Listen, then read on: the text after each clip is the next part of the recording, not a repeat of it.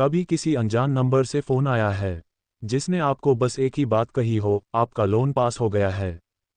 पर जब आपने कोई लोन लिया ही नहीं हो, तब आज की कहानी एक ऐसे ही फ़ोन कॉल से शुरू होती है और ख़त्म होती है एक ऐसे रहस्य पर, जिसे जानने के बाद आप सोचने पर मजबूर हो जाएंगे कि क्या आप भी शैडो बैंक के कर्ज में जी रहे हैं। मैं हूं राज एक्सप्लोरर और ये है शैडो बैंक उधार की ज़िंदगी। सुनिए पूरी कहानी आखिरी मिनट तक, क्योंकि सच हमेशा अंत में आता है। ओपन बुक शैडो बैंक उधार की जिंदगी। कहानी शुरू होती है। आपका लोन पास हो गया है।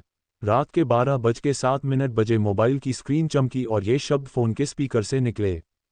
आदित्य मेहरा चौंक कर उठा। उसने कुछ भी अप्लाई नहीं किया था। उसका न तो बैंक में कोई एप्लीकेशन पड़ा था और न ही उसके पास कोई क्रेडिट कार्ड था। फोन उसने काट दिया, लेकिन अगले ही सेकंड एसएमएस 10 लाख रुपए आपके शैडो बैंक खाते में ट्रांसफर कर दिए गए हैं। ग्रेटर दैन शैडो बैंक, ये कौन सा बैंक है? आदित्य एक प्राइवेट स्कूल में टीचर था।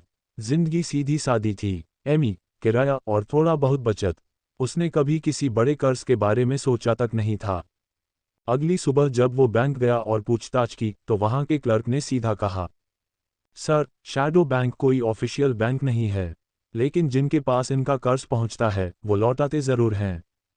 आदित्य डर गया। Loan without asking. उसे घर पहुंचते ही एक और पैकेट मिला, एक लिफाफा बिना किसी नाम के। अंदर था एक चिट्ठी और एक तस्वीर।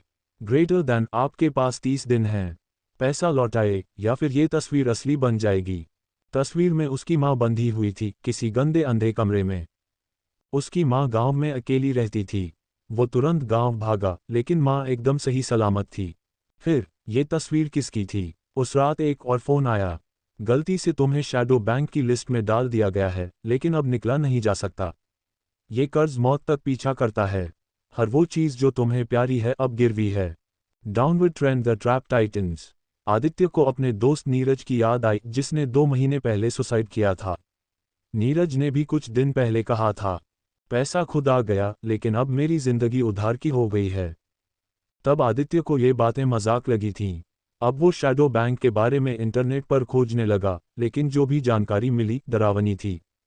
हर साल देश के अलग अलग हिस्सों में हजारों लोग ऐसे अनचाहे लोन के शिकार हो रहे थे। कोई उन्हें देख नहीं पाता, कोई उनसे बात नहीं कर पाता। शैडो बैंक सिर्फ पैसे देता है, लेकिन किस कीमत पर? The realisation. आदित्य ने सोचा, क्या ये सब दिमागी खेल है? उसने मनोचिकित्सक से मिलने की सोची, लेकिन वहां भी अजीब बात हुई। आप शैडो बैंक के बारे में बात क्यों करना चाहते हैं? क्या आपने लोन लिया है? आदित्य बोला, मैंने तो कुछ किया ही नहीं। डॉक्टर बोला, तो आप भी उन्हीं में से हैं जिनके नाम शैडो लिस्ट में जोड़ दिए जाते हैं। Shadow list? आदित्य ने हैरानी से पूछा। ग्रेटर दैन, हाँ, डॉक्टर बोला। एक गुप्त डिजिटल डाटाबेस जहां उन्हीं लोगों को टारगेट किया जाता है जिनका पास्ट कोई ऐसा राज छुपाता है जो उन्हें ब्लैकमेल के लायक बना दे।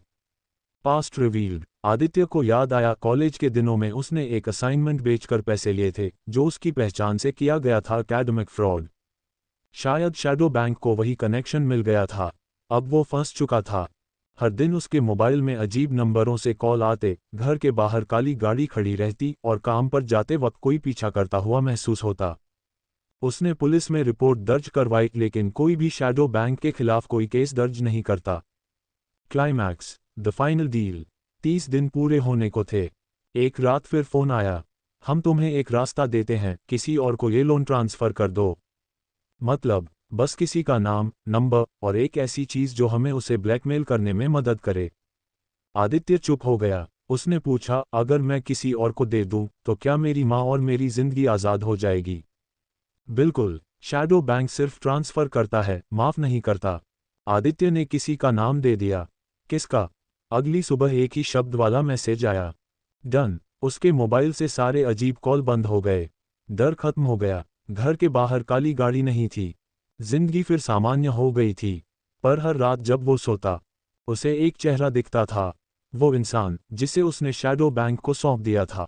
उसका सबसे करीबी दोस्त विनय, जिसने उस पर सबसे पहले भरोसा किया था। कहानी खत्म नहीं हुई थी। बस अब अगला शिकार विनय था। और शैडो बैंक अब उसकी जिंदगी में दाखिल हो चुका था। ग्रेटर दैन कहानी में जितना डर लोन का नहीं था, उससे कहीं ज्यादा डर इस बात का है कि ये लोन कब किसकी जिंदगी में आ जाए, ये किसी को नहीं पता। क्या आप भी कभी किसी अनजाने लोन के जाल में फंस सकते हैं? सोचिए और कमेंट करके बताइए। अगर शैडो बैंक आपको कॉल करे तो क्या आप किसी और का नाम दे पाएंगे अपनी जिंदगी बचाने के लिए? मैं हूं राज एक्सप्लोरर और मिलते हैं अगली कहानी में एक और राज के साथ।